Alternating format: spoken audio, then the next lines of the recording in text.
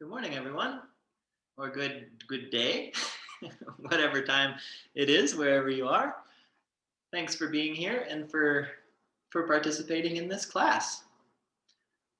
So let's begin. So we can, if you're seated, you can take your thumbs, tuck them into your fingers, let your hands rest on your thighs, and if you'd like, you can close your eyes. And we'll just take a couple moments to bring our awareness to the three treasures, sometimes referred to as the three intentful corrections or the three awarenesses,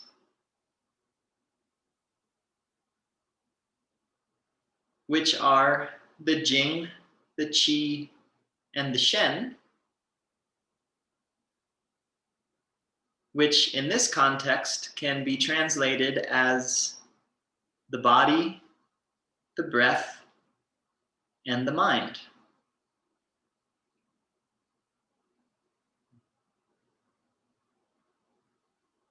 So beginning with the body, and just allowing your awareness and your attention to come into your body and the physical sensations that you're feeling, the sensations of your alignment within gravity,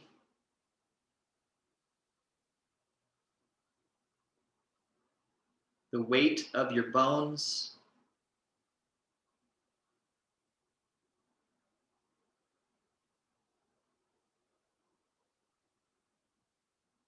the sensation of the air on your skin.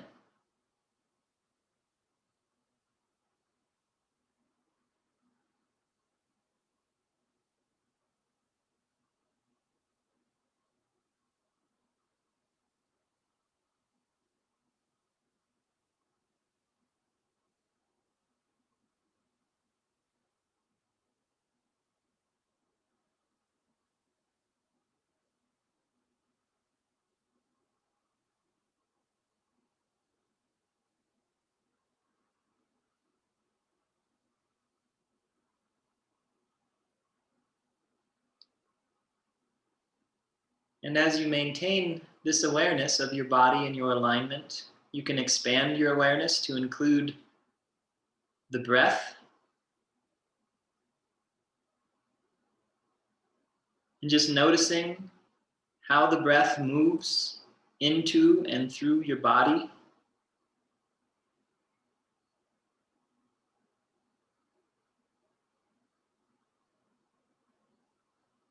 Perhaps noticing where the breath moves, where it doesn't seem to move.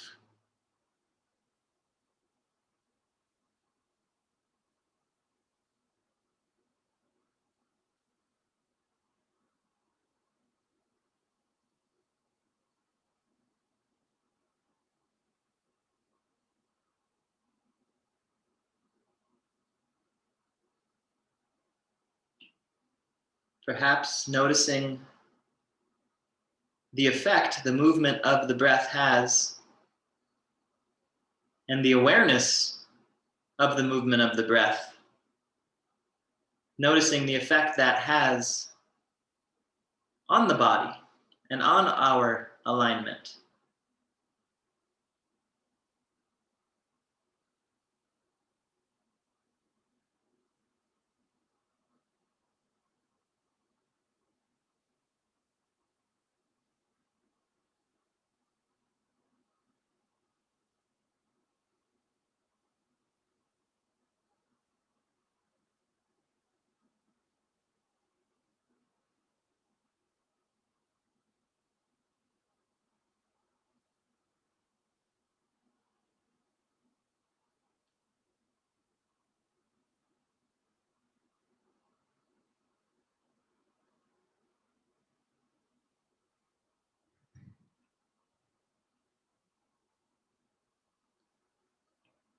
And then again, expanding awareness to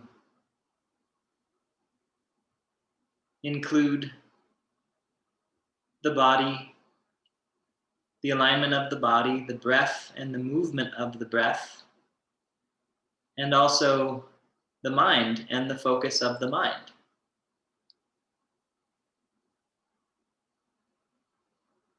Noticing the focus of the mind,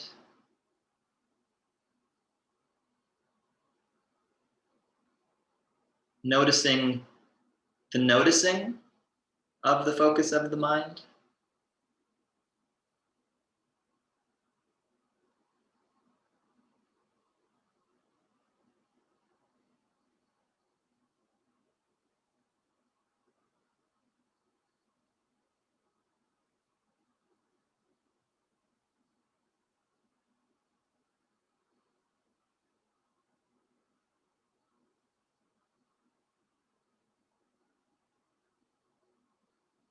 Noticing how the focus of the mind can help to observe the breath energy, which can help to facilitate and refine the alignment of the body.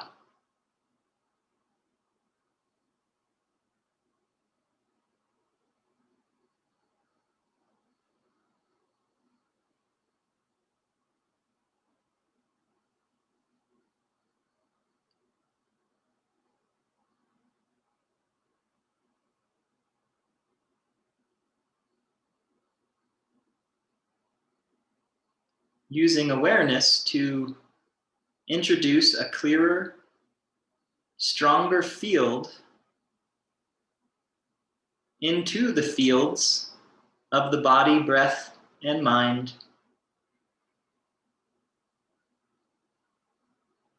so that these fields can become oriented in a way that is more organized and more conducive to optimal function.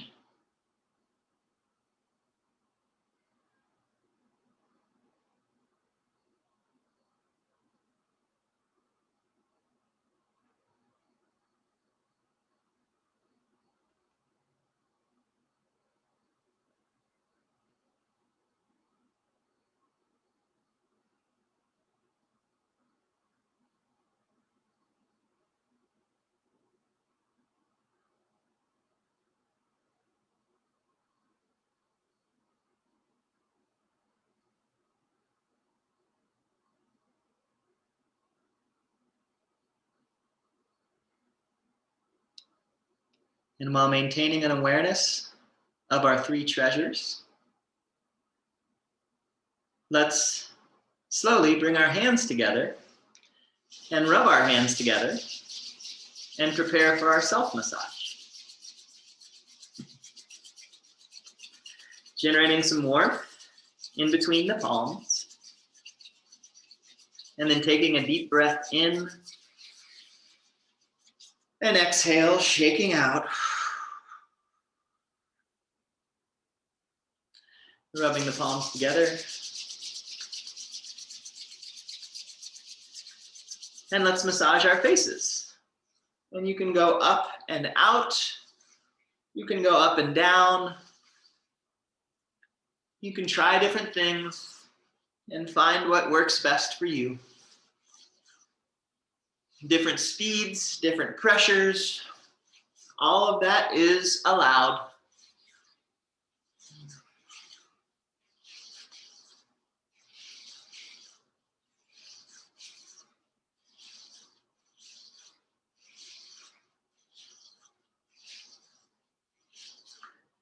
And then a deep breath in, shake it out,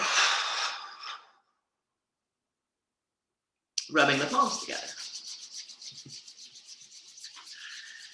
And then let's massage our scalps. So you can take your fingertips and run them over your scalp, front to back or back and forth, or hanging out in one particular area.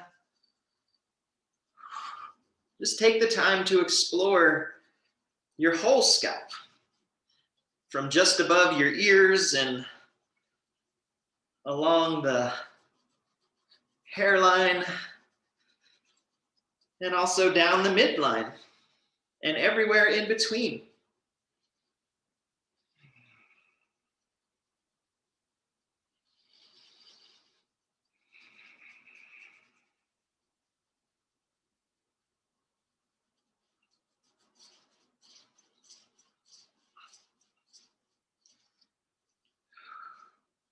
And whenever you're ready, your hands can come down the back of your neck and around. And then a deep breath in. Shake it out. And then rub your palms together as you breathe.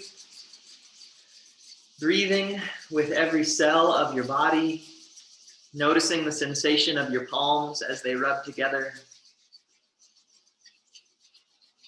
And then let's take our hands and cup them over our eyes. Gentle pressure to the eye sockets. Your eyelids can be opened or closed.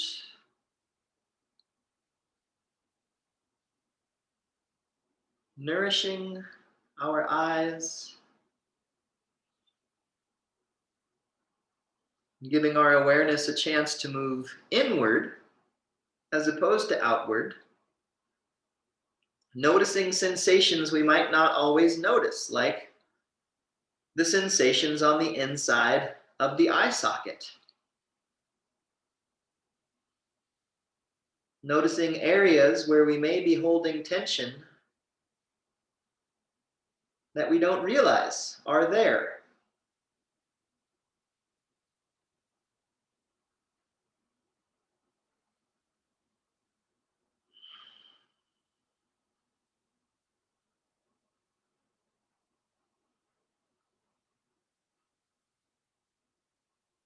And as you're ready, taking another deep breath in, and exhale, shake it out. And breathe, rubbing the palms together. Noticing your alignment, the movement of your breath, the focus of your mind.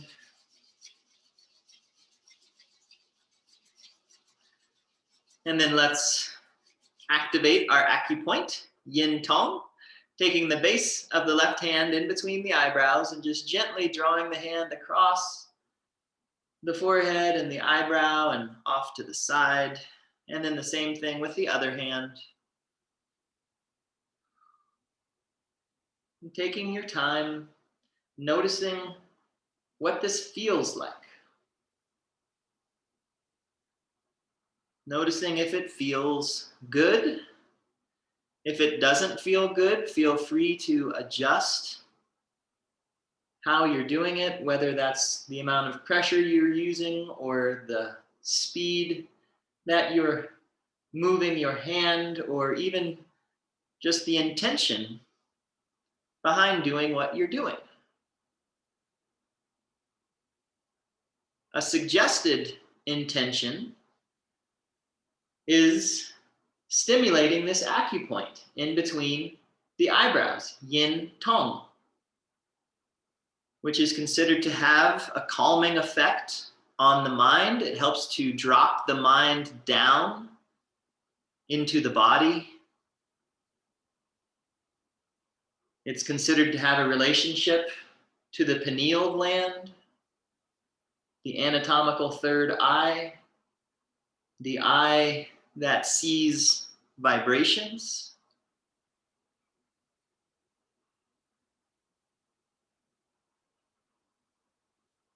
But there may be a different intention around this that shows up for you, and that is welcomed.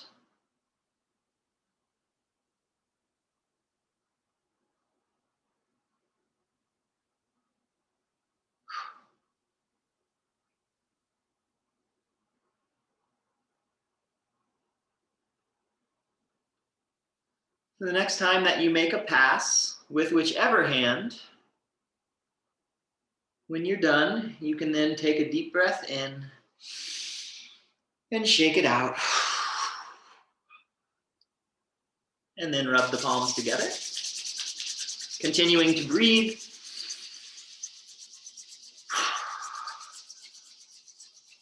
Let's take the edge of our hands on either side of our nose, the edge of the thumbs, and massage up and down, stimulating our sinuses, brightening our eyes, welcoming fragrances, stimulating the production of nitric oxide from the paranasal sinuses, which has antiviral and immune enhancing effects.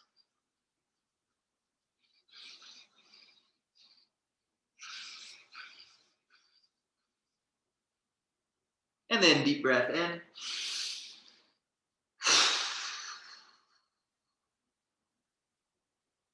Rubbing the palms together. Continuing to notice your alignment and your breathing and the focus of your mind. And then let's take our thumbs on either side of our mouth and one hand below, one hand above, and we'll massage back and forth, massaging our lips and our gums, generating saliva, which is full of amylase and digestive enzymes, and we can swallow it down into our bellies,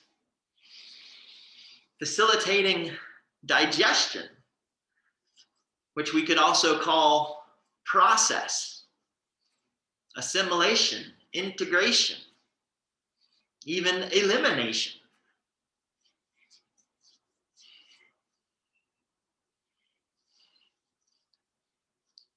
And again, deep breath in and out. Rubbing the palms together.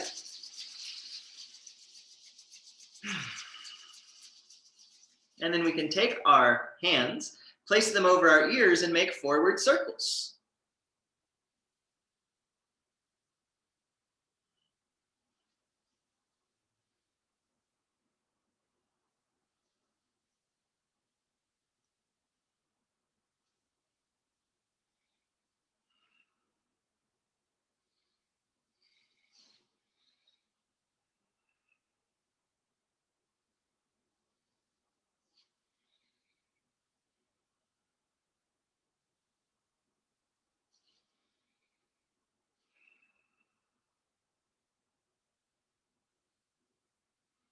And then another deep breath in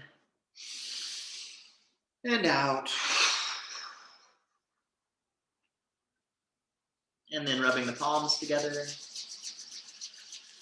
Feeling your body, noticing any areas where you may be holding tension that you can afford to relax.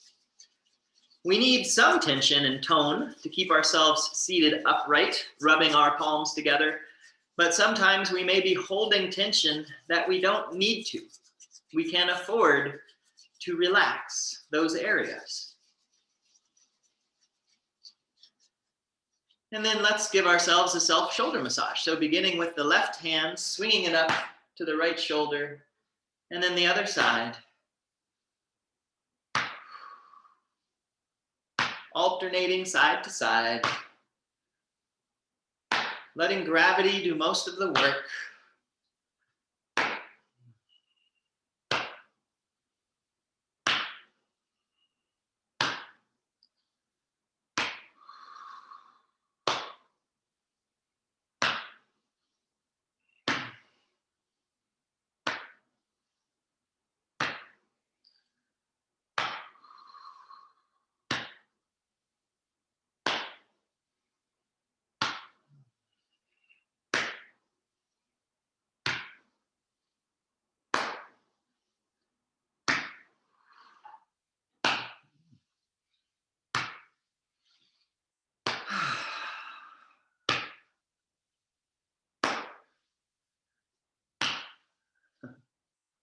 Let's do one more on each side. And a deep breath in and out. Rubbing the palms. Breathing with the whole body. Breathing through your whole body. Letting your breath be breathed. And then let's open our chests. So right fingertips together, finding the left collarbone and sliding out into the hollow space, and then the left fingertips at the bottom of the right rib cage and following it down into another little hollow space, and then just gently tapping these two areas. Feel free to make small circles as you tap. And if in either one of these areas there is a spot that feels distinct to you, you can hang out on that spot and continue to tap. The lower point is the last point on the liver meridian. The upper point is the first point on the lung meridian. And this is the biggest gap between any meridians on the body. And it's the only gap that traverses the diaphragm.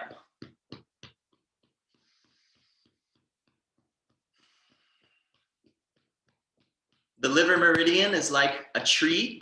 It's the wood element. It's that expression of our own kind of personal blueprint, our own vision and plan for our lives that grows up and expands out.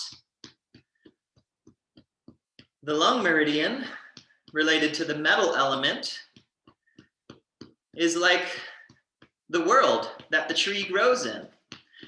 And even with the metal being like pruning shears that might offer some guidance to how our expression emerges. And sometimes there's a conflict between how we want to show up and how we're expected to show up. And that can lead to some congestion in our chests, in our diaphragms. So we want to bridge the gap and harmonize the relationship. Allow our expressions to express in a way that is appropriate and that can be received. And we want to receive the inputs that come in from the outside in a way that doesn't stifle our expression and our growth.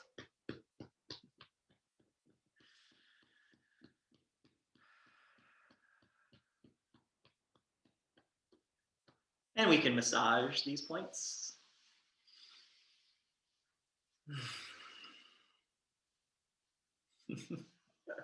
And then let's change sides. So left fingertips under the right collarbone, finding the hollow space, and the right fingertips to the base of the left rib cage, sliding down into the other hollow space, and then again, gently tapping, looking around, feeling what things feel like. Breathing into sensation, seeing if you can feel a connection between these 2 points, moving through the diaphragm and the solar plexus and the heart center and the heart and the lungs, opening in the chest, perhaps bringing awareness to areas where we might be holding, where we don't necessarily need to. Because it does happen, right? The diaphragm is the primary muscle of inspiration. It's also the primary muscle of repression. Thinking of this dynamic between wood and metal, between personal expression and external expectation. How often has it happened when we're young, or maybe even still when we're still young, if we're expressing ourselves and we get feedback from the external world about whether that's appropriate or not, and we might hold our breath. We might swallow something down and get a lump in our throat. So helping to stimulate these points, harmonize the relationship, we can untangle that energy that gets congested, that gets stuffed or repressed or oppressed. We can allow it to move. We can take in feedback without taking it personally. We can allow our expressions to emerge in a way that is balanced and harmonious within the environment that we exist.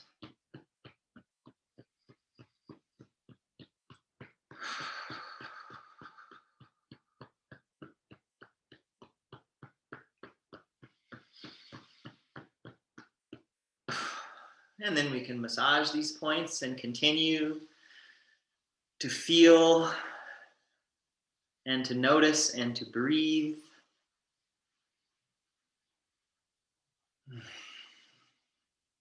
And then we can take a deep breath in and out. And rub the palms together. Breathing with the whole body. Inviting the breath into every cell. And then let's massage our abdomens and our internal organs. Perhaps giving some thanks and praises to our internal organs who function without us needing to know that they are functioning or how they are functioning or what it is they do. We can just be grateful that they do what they do. Often we don't think about things unless they're not working right. As Chuanza likes to say, when the shoe fits, the foot is forgotten. But if the shoe doesn't fit, then we tend to notice the foot a lot and think about it. So it's nice when we don't have to think about things because they're working well, we can acknowledge them and thank them for what they do. Support them in continuing to do what they do. And when you're ready, your hands can come around your waist to your lower back and your kidneys.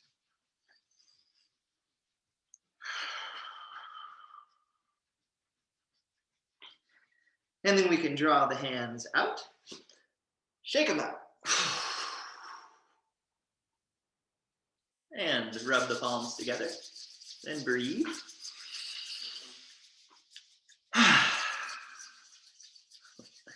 And then let's massage our arms, beginning with the left arm, a little tap to the fingertips, and then up the outside, down the inside.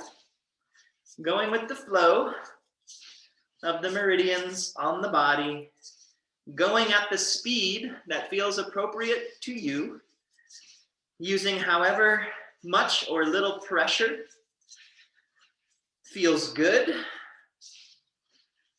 and feel free to do what feels good.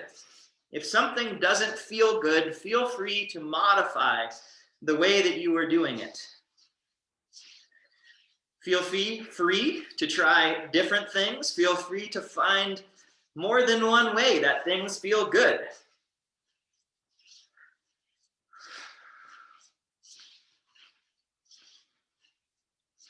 And then up one more time and down. Tapping the other side, up the outside, down the inside.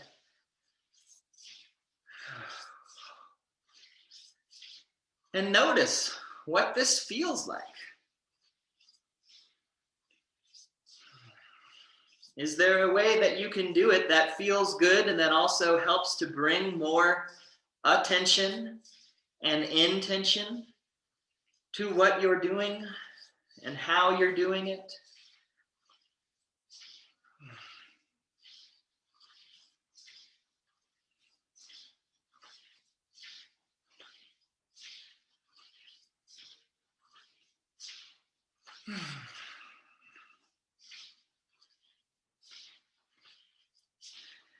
And then up one more time and down. Deep breath in and out. Rubbing the palms together.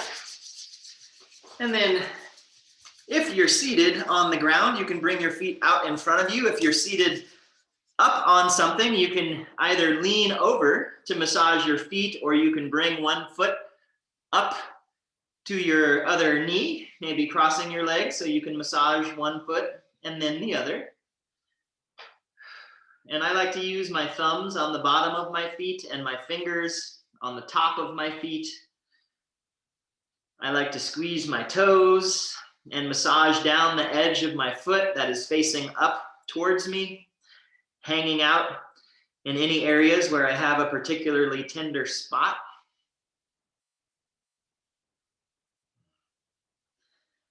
And then eventually, I like to use my thumbs and follow the funnel down on the bottom of my foot into the deepest hollow that I can feel, which is usually just beneath the balls of my feet, in between the first and second toe mound.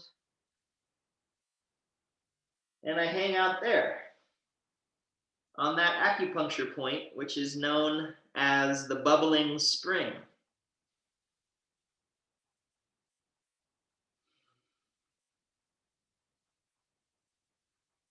And then, when you're ready, you can draw your hands up the inside of your legs and around your hips and down the outside, going with the flow of the meridians. And again, finding a way that feels good. Sometimes my legs like heavier pressure with slower movement, and sometimes they like faster movement. So I try different things to see what feels good, and then I do that.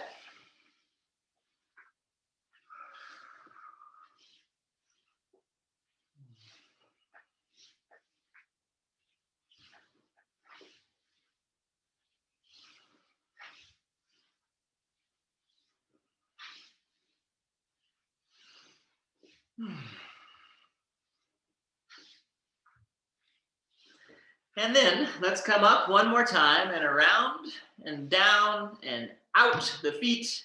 Take a deep breath in and shake it out. And rub the palms together. And then you can tuck your thumbs back into your fingers. And you can let your hands rest back on your thighs. And you can take a moment. If you'd like to close your eyes, you can, and just allow your awareness to return to your body and the sensation of your alignment within gravity,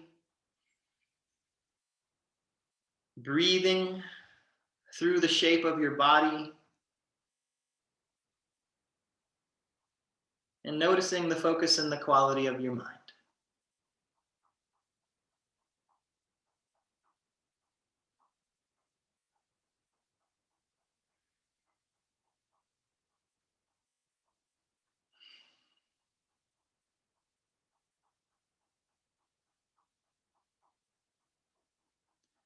And then whenever you're ready, you can slowly open your eyes.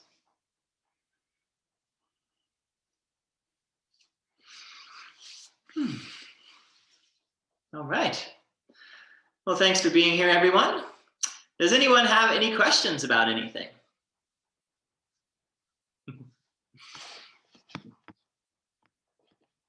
Okay. So today we're going to practice some Tai Chi, but we're going to do Tai Chi as Qigong. And so, some of you may ask, what is the difference? So I've prepared a brief little PowerPoint on that. This is a new thing for me, PowerPoints. I don't have a chalkboard, so we can do this, which also kind of works. All right, so hopefully you can all see my screen. So this symbol, which in this country we often call a yin yang, which more appropriately could be pronounced as yin yang, and more correctly can be called a Tai Chi. This is Tai Chi. So Tai Chi Chuan is the martial art that is often referred to as Tai Chi. But again, understanding this as Tai Chi, which is the interplay of yin and yang, the balance and harmony between the two, that's really kind of at the root of Tai Chi and Qigong. But there are some differences. And, in these lists that I've made, they're not exhaustive. And also, they're not true all of the time. These are just kind of general things that are sometimes contradicted. So, as one of my teachers likes to say, hold all of it with an open hand. So, first, there's Qigong. And typically, Qigong, when we do it, it's non-sequential. We can do one movement for many, many times, again and again. And both hands are often doing the same thing. Like they're both coming up, they're both coming down at the same time. So again, this is not always true. Last week we did the 5 animal frolics where when we did the swaying side to side, right? Like the hands, they're doing something similar, but not exactly the same. One hand is up, one hand is down, etc. But more often than not, we could say both hands are doing something similar or the same thing. And often we're standing in place. We're not moving around. Qigong tends to calm the nervous system by promoting the relaxation response. This is one of the benefits. And this is why Qigong is often considered to be a self-care and a healing practice, because it's helping to harmonize the breath and the body and the mind through movement, which helps to calm the sympathetic nervous system, to stimulate the parasympathetic nervous system, which again is the relaxation response. So that's Qigong. Tai Chi typically is sequential. You do one movement and then you go on to the next movement and the next movement. And sometimes there's 12 movements or 24 or 40 or 46 or 54 or 108. And it's a big long sequence that you go through. It has a beginning and you go step by step through the end. One hand does one thing while the other hand does something else. And often in Tai Chi, we're walking. We're not standing in place. We're moving around. And with all of this, with one hand doing one thing and another hand doing something else, combining it with walking while at the same time keeping track of this sequence that we're moving through, Tai Chi tends to challenge the nervous system to enhance neuroplasticity. And traditionally, Tai Chi was taught as a martial art for self-defense, not so much like a self-care practice for healing. So, although I will say most of the time nowadays, when we think about Tai Chi, we're not thinking about martial arts. We're usually thinking about, like older Chinese people in a park doing these very slow rhythmic movements. And so that's where it's not as much a martial art anymore. And really, it's more like Tai Chi as Qigong. This is kind of how it's evolved. So Tai Chi as Qigong is kind of taking both of them and working them together. So Tai Chi as Qigong can be non-sequential. You can do one movement again and again.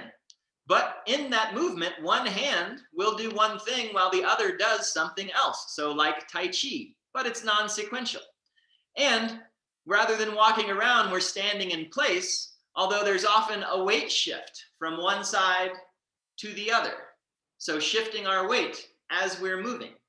And because we're doing some of these movements that challenge the nervous system, but in a non-sequential way, in a way that's a little bit easier than traditional Tai Chi, it does enhance neuroplasticity while at the same time promoting the relaxation response.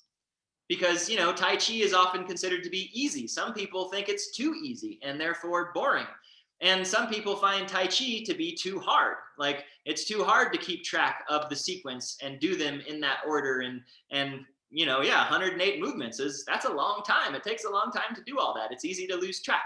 Whereas Tai Chi as Qigong, it's easy, but it's not too easy. And it's not too hard either. It's kind of a nice balance. So this is Tai Chi as Qigong. And then both Tai Chi and Qigong, what we get from both of them, I forgot my G, Qigong, they're both moving meditations. They both help us to cultivate stillness within action. So we're moving, we're doing something, but we're really promoting the relaxation response, learning how to remain calm as things are happening, as we're doing things. They both stretch and strengthen the musculoskeletal system and tone the cardiovascular system. There was actually a research study that was done that showed that 25 minutes of doing Qigong or Tai Chi, you got the same physiological results as doing 25 minutes of moderate jogging. So there's something. And they're both personal cultivation practices. because they're both moving meditations, they both cultivate stillness within action, and they both lead to expanded states where the body and the mind and the breath, or the brain and the breath and the heart rhythm, are all in a coherent state. So this is the benefit that we get from both of them, whether we're doing traditional Tai Chi, traditional Qigong, or whether we're doing Tai Chi as Qigong. So that's a little bit about that. And that's what we're going to practice today, is Tai Chi as Qigong, a non-sequential way. Oh, that didn't save. My G. A non-sequential way of doing Tai Chi, a Tai Chi type movement, but standing in place and in a way that, again, is very relaxing, that we can almost say it's as much Qigong as it is Tai Chi. It's as much Tai Chi as it is Qigong. And I've talked about this before, where there are some people who take Tai Chi very seriously. You know, Tai Chi is done kind of in a competition way nowadays, not Tai Chi fighting, but just doing the forms. And it's almost like, you know, like people doing a dance and getting graded on it. And so people can take it very seriously, and they might see somebody doing Tai Chi and say, oh, they're doing the Tai Chi wrong. And I would say that that's not necessarily an appropriate response to that. But I guess if you were trying to judge someone, if they were doing a specific Tai Chi form in a specific way, you could say maybe right or wrong, kind of like, you know, grading flowers or assigning numbers to poems or something like that. But again, I think that doesn't have to concern us here. We can just say we're doing Qigong, and then it kind of bypasses the whole thing about that. And also something to keep in mind is that in China, when they say Tai Chi, like if you're doing Tai Chi, they typically don't say I'm practicing Tai Chi or I'm doing Tai Chi. They say I'm playing Tai Chi. And that if you're a Tai Chi practitioner, you're a Tai Chi player. And so I think that's a very sweet kind of designation to think of this, is that we're playing, you know, it's a play for ourselves. It's not for anyone else.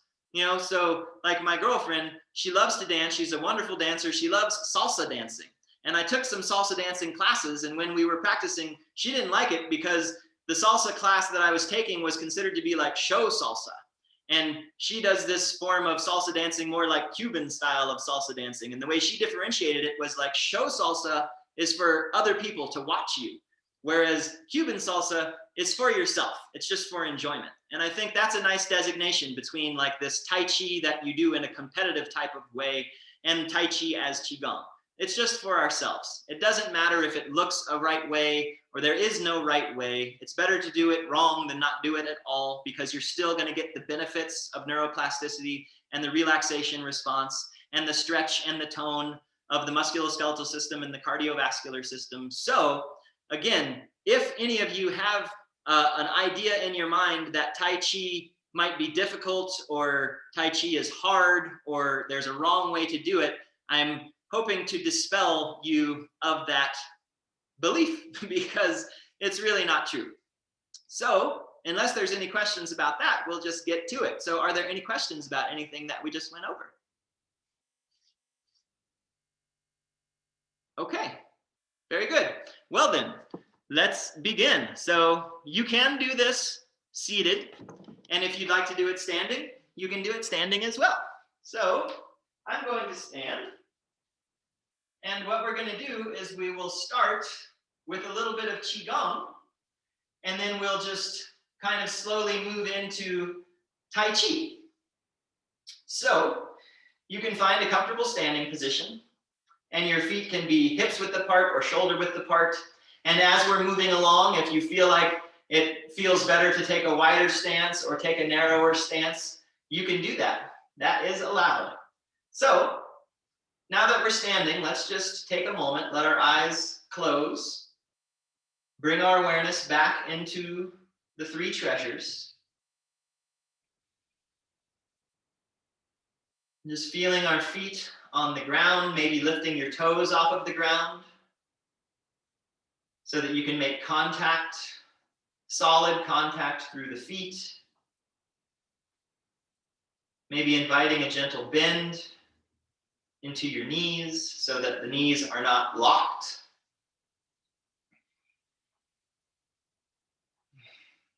Following the spine up into the sky, noticing the rib cage and how the breath fills and stretches the rib cage. Maybe bringing the shoulder blades gently towards each other on the back, just a little bit, and inviting a gentle tuck to the chin so that there's a nice stretch through the back of the neck.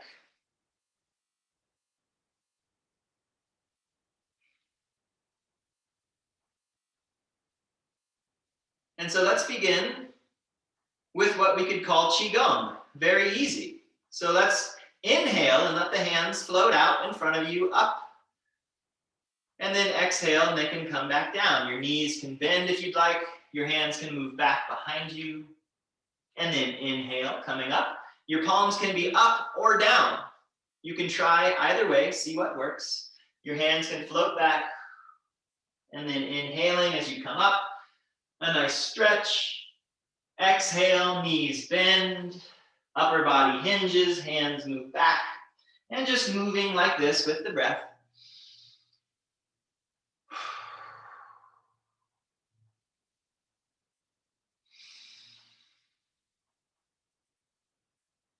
If you'd like to get the legs more involved, you can do a deeper bend as you come down, even bending as the hands sweep down and then coming up.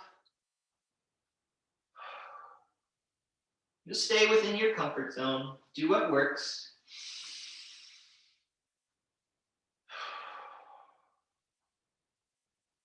And then this time, when you inhale and the hands float up, exhale them out to the sides. And then inhale the hands up, palms towards your body, turn them up. And then exhale, hands out to the sides. We'll move like this for a couple times. Inhaling up, palms up, looking up. And exhale, the knees can bend.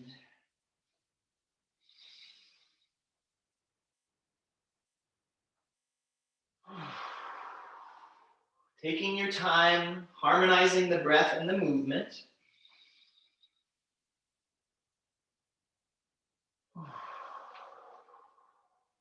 Two more like this.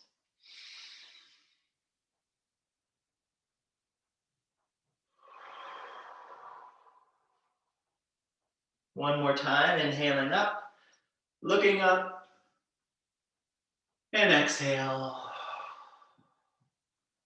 Now, inhale your arms out and up to the sides, and exhale down. Inhale, arms out to the side, and then exhale. Inhale up the middle, and exhale. So we're going back and forth here, inhaling out and up, exhaling down. You can inhale out to the sides, and then exhale down. Coming back up, and out. And then out to the sides and up, and down. All the way out to the sides. And exhale. Inhale up the midline. And out to the sides. And then out and up. Exhale. Now we're going to inhale out to the sides.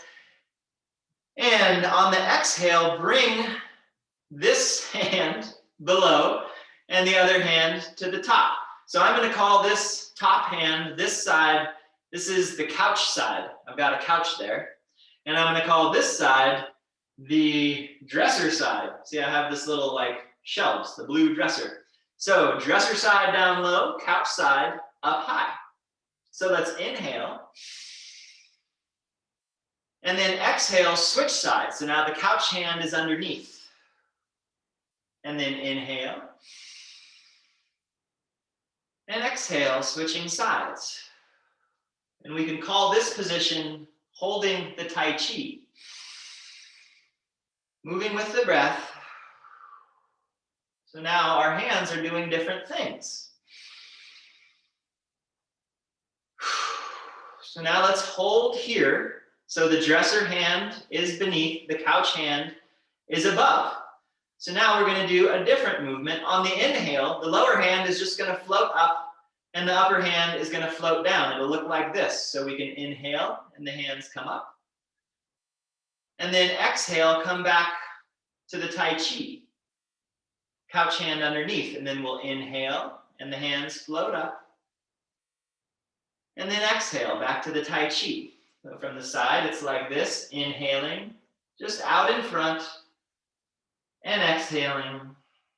Maybe bending the knees, and then inhale, straightening the legs, the arms float out, and exhale. Very simple, just moving with your breath.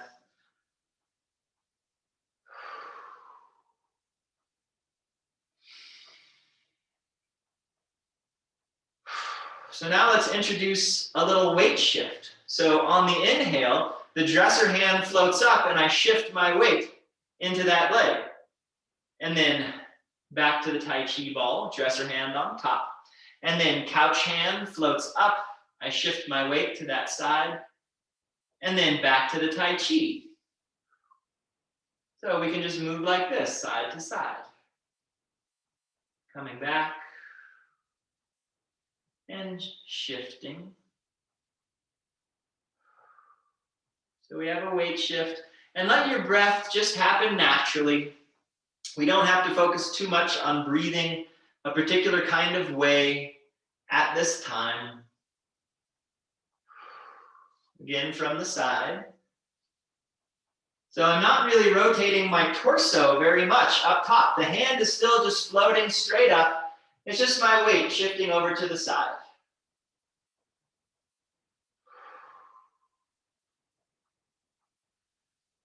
And to the couch side. And back to the dresser side. And then let's come back to the Tai Chi ball. And let it drop for a moment. Let's just relax. Shaking the arms out. So that was a little bit of Tai Chi that we just did there. Tai Chi as Qigong. Very easy. And we're just shifting our weight from one side to the other. And you can see as the hand, all it's doing is going straight up and straight down, and then back to the ball. Not very hard at all. And then when we shift our weight, the hand comes over with us. The arm really isn't doing anything differently. What we're going to do now is as this lower hand floats up and we shift our weight, we can also turn just a little bit to the side. And be mindful of your knees. It's fine to let your foot, if you can see my foot, if it needs to turn out to accommodate your knee and then back in, that's fine. So let's do that, but we're going to do just one side at a time. And that way we can really just kind of get into the flow of the movement and let the movement guide us. So let's bring our hands out to the sides and then couch hand underneath, dresser hand on top. And we'll go towards the couch hand first. So we shift our weight and just a little rotation. And now bring the couch hand back down. So the weight shifts back. And then again, off to the side. And back. So just moving like this. It kind of has a nice momentum of its own that carries you along with it. So just taking your time, there's no need to hurry. Winding back up, holding the ball, and then weight shift, the arm lifts, the torso gently rotates, and back. And just allow the movement and the sensations of the movement to be the focus of the mind, because we don't have to worry about what comes next. There's no sequence. We're just doing this movement. Feeling what it feels like. Allowing the momentum of the movement to carry us along Maybe as you relax into the movement, there might even be a little bit of flourish that starts to happen by itself. It's like your personal expression showing up through the movement.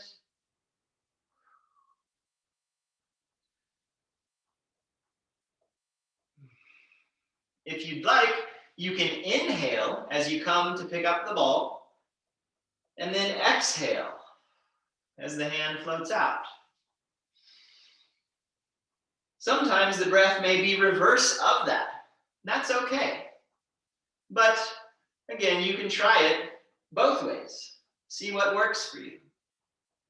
Inhaling in and exhaling out. Let's do 2 more on this side.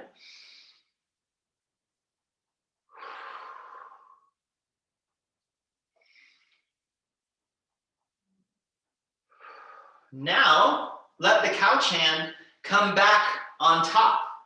So we're back to the center, holding our Tai Chi ball. And now let's go with the dresser hand. Towards the dresser, shifting the weight, that hand floats up, weight shift, and then bring the dresser hand back down underneath, holding the ball, shifting the weight back the other way, and then let it flow. So you can think of this almost as like a frisbee toss, just tossing the frisbee. Traditionally, this movement is called parting the horse's mane. So you can think about that angle of a horse's neck, and if we were parting its mane with our hands. Sometimes this movement is called harmonizing yin and yang. Harmonizing up and down, heaven and earth, in and out, left and right. And take your time. Sometimes it's helpful to do the movement at a pace that might not be considered too slow, so that you can feel it, and then you kind of slow it down within that. Sometimes it's nice to just be slow all the way through, so that you can feel the muscles around the knees and the ankles and the hips and the shoulders and the elbows and the wrists. You can feel them working, stretching, relaxing. It's like lubricating all of our hinges.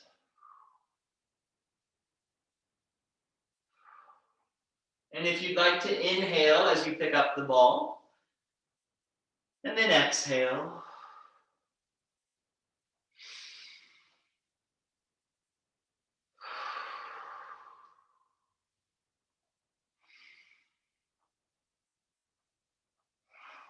Let's do 2 more.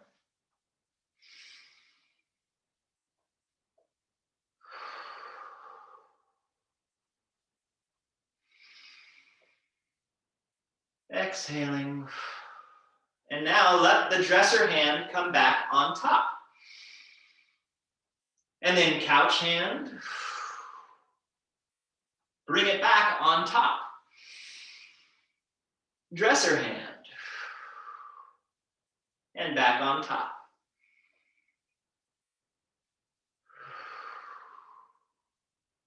Taking your time.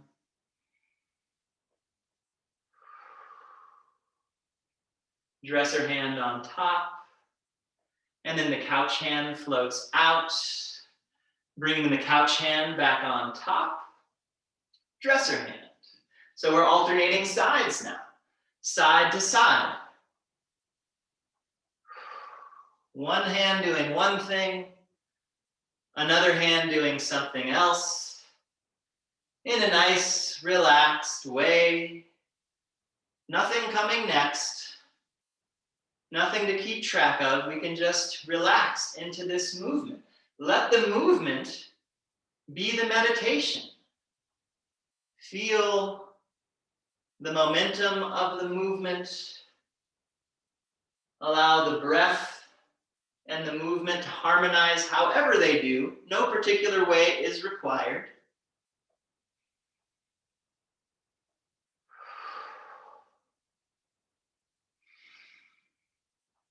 And then let's do one more on each side. Couch hand on top, and then the dresser hand, and the dresser hand comes back on top. Let's hold our Tai Chi ball. Now we're going to do the next movement.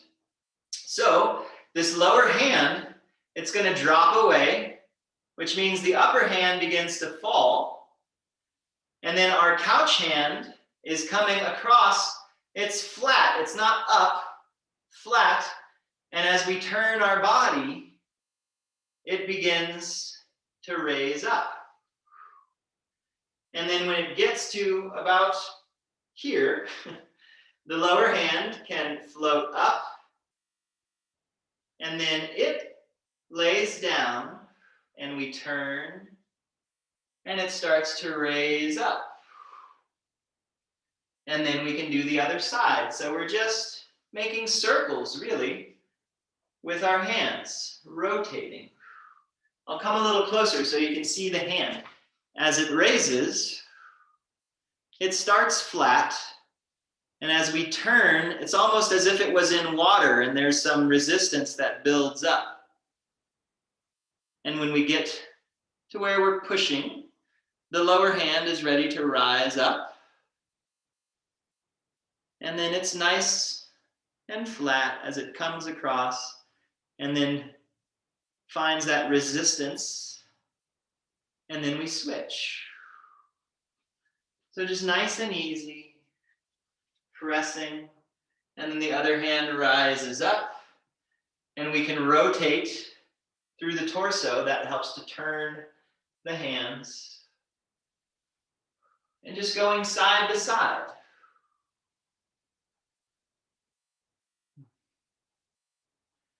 And as this upper hand is coming across, the lower hand is also pulling across the lower side of the body. And then it can come up. Shifting the weight, pressing into the direction towards the couch, and then the other hand comes up. And turn, a gentle press and weight shift.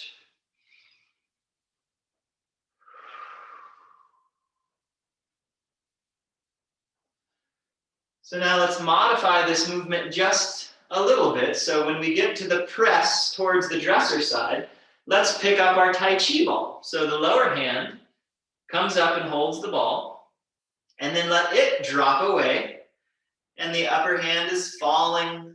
The dresser hand comes up and across, and we press, and then the lower hand picks up the Tai Chi, and then lets it drop. Taking your time, pressing, and then pick up the Tai Chi ball and let it fall. And it's almost like we're taking a swim stroke and picking up the Tai Chi, and it drops. Taking your time, picking up the Tai Chi ball in the center, and relax.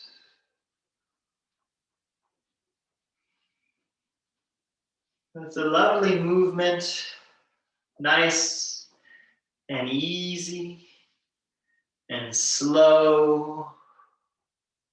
One hand doing one thing, the other hand does something else.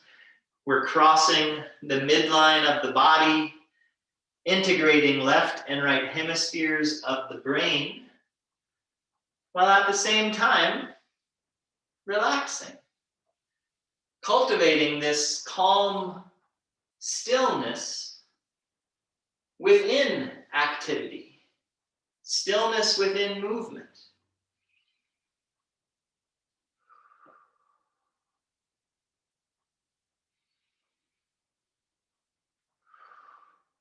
And your feet can be close together. They can be further apart. Find what works for you, for your legs, for your knees. No need to push too hard.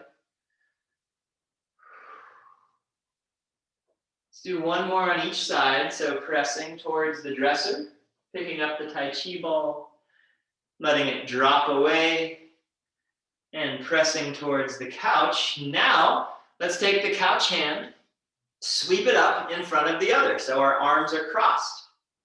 The hand that's closest to us is the dresser hand, so we're gonna let it come down, and then it can just come straight out to the side. And then send it forward like a karate chop. And then the couch hand can drop down and then right out to the side and send it forward. So from the side, out to the side, I'm not reaching back behind myself with my arm, just right out to the side and then forward and dropping down and out to the side, forward. And there's a weight shift. So your weight can shift towards the arm that floats out and then back to the center as it comes forward. Weight shift out to the side and back to the center as it comes forward. And again, so dresser hand, weight shift. Couch hand, weight shift. And just let the momentum take you.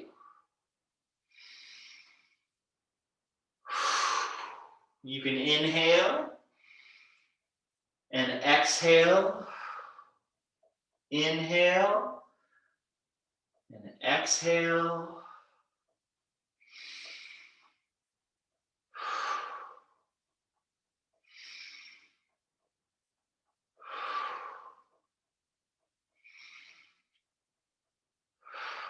Let's do one more on each side.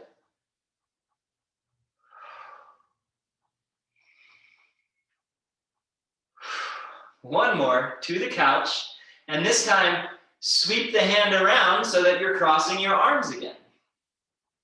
Now let's open our arms out to the sides, and we're going to do a movement we've done before, watching clouds pass. So the couch hand comes across the body and then rises up. As it does, the dresser hand drops, and then both hands come across the front of the body. And then switch. And bring the hands across. That upper palm can face towards you if you'd like.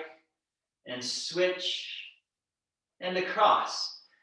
So I've described this as like drawing a square. So here's one side of the square, and the top and the bottom. Maybe it's more of a rectangle. And then the other side. And over time, as you do this, and the movement and the rhythm becomes more natural, then those corners of the square may start to become a little more rounded. And it might be like making circles.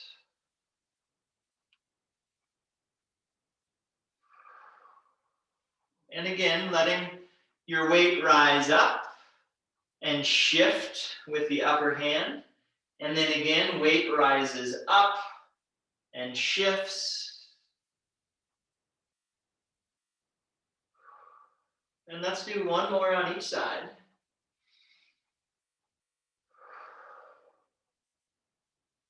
And one more, and this time as your hand comes in front of your face, sweep the lower hand up, and then let's open the arms out to the sides and gather from the earth, just bending down as much as is comfortable, coming up and relax, and then gather from the sky.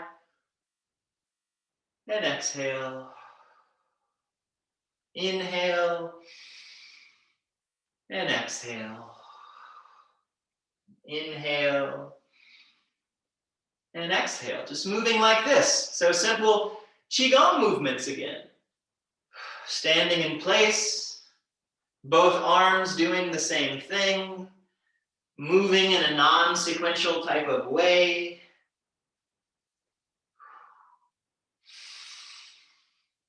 And then exhale your hands down. And inhale your arms out and up. Step your feet a little closer together. And then exhale.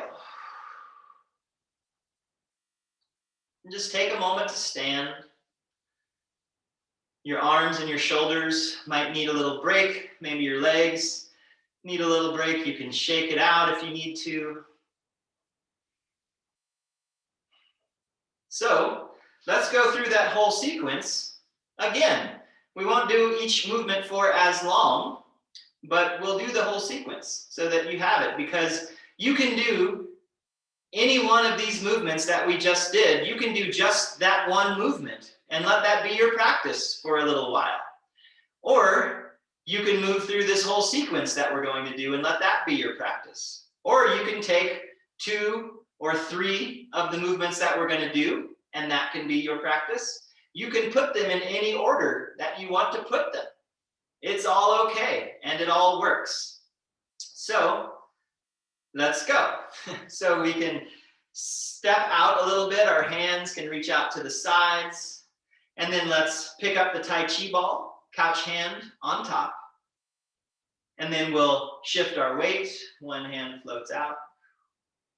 And then dresser hand on top. And then the other side. Weight shift. Dresser hand comes back on top. And then weight shift. Dresser hand on top. Weight shift. Couch hand on top. If I misspoke before, I apologize. So just shifting sides, shifting weight. And then pick up the ball and let the lower hand fall away. And then the dresser hand comes up and across the body and we press. And then pick up the ball. And the lower hand drops away. And the couch hand comes across and press and pick up the ball. And just going with the flow, nice and easy. Picking up the Tai Chi and dropping it.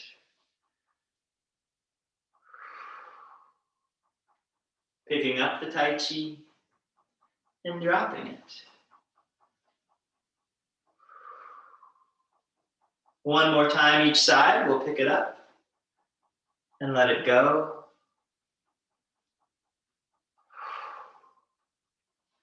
And pick it up and let it go.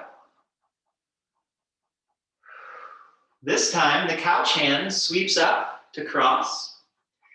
And the hand that's closer to us, the dresser hand, drops down and out to the side. Weight shift and send the hand forward. Couch side and forward. You can inhale and exhale. And inhale and exhale.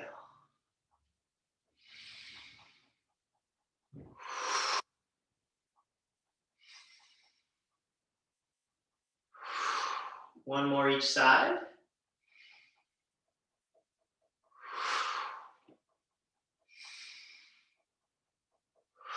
This time, dresser hand sweeps out and then bring it around to cross.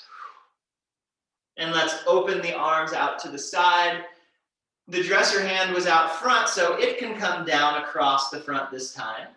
And then lift, and both hands come across the front of the body, watching clouds pass. So we shift the hands, shift our weight, and shift the hands, and then the weight. So moving nice and easy like clouds drifting across the sky. There's no hurry.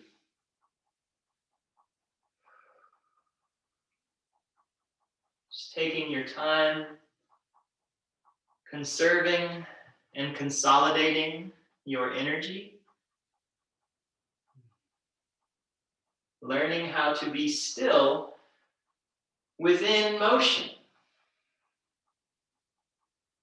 Harmonizing yin and yang. Tai Chi. So the next time that your hand floats in front of your face, you can pause there. The lower hand can sweep up.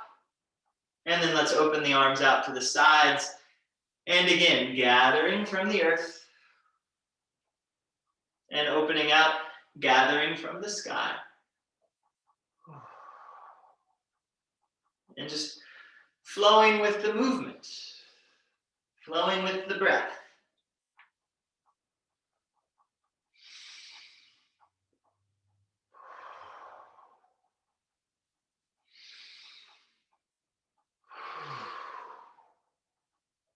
Last time, let's gather from the sky. And exhale slowly down the front of the body.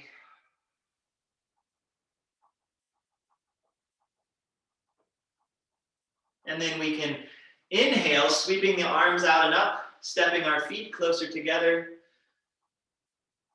And exhale. And let your arms just relax by your sides. Take a moment to just stand and drift. You might close your eyes if you'd like. You might notice your shoulders, your thighs, your core. It's like we got a little bit of exercise right there, but in a very gentle, nourishing kind of way. So exercise doesn't have to be too vigorous. We can get our heart rate up. We can get our blood pumping. We can get our muscles stretching and strengthening. And we can do it in a way that's gentle and that's sustainable and that feeds us and helps to harmonize our minds with our bodies, helps to calm the nervous system while at the same time enhance the functioning of the nervous system, to upgrade our capacity to deal with complexity. All of these things can be accomplished in such a simple way. It's no wonder this practice has survived for many hundreds of years.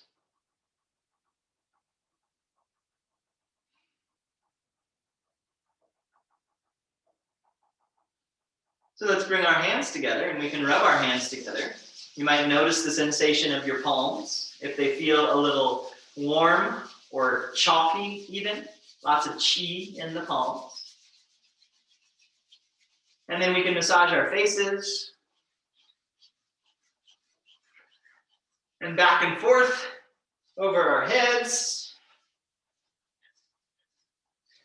Down the back of the neck and around. Over our chests, and then the abdomen, and then around the waist to the lower back. And then drawing the hands out, shaking them out.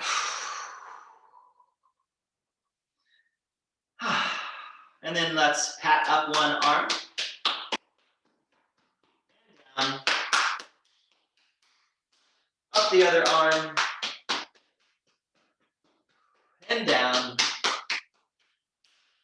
and then around and down the back of the legs, up the front, and around and down, and back up.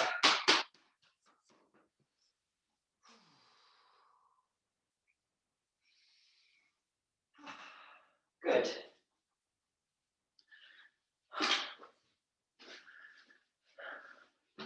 All right. So that was some Tai Chi as Qigong. And really, you know, if you do, we did 5 movements there. And if you do them all 5 in the sequence that we did, you can even say that that's a Tai Chi form, or it's a Tai Chi as Qigong form, or it's a Qigong form. Any one of those works. Are there any questions about any of those movements that we did? Are there anything that seems a little unclear or didn't make sense? Well, great.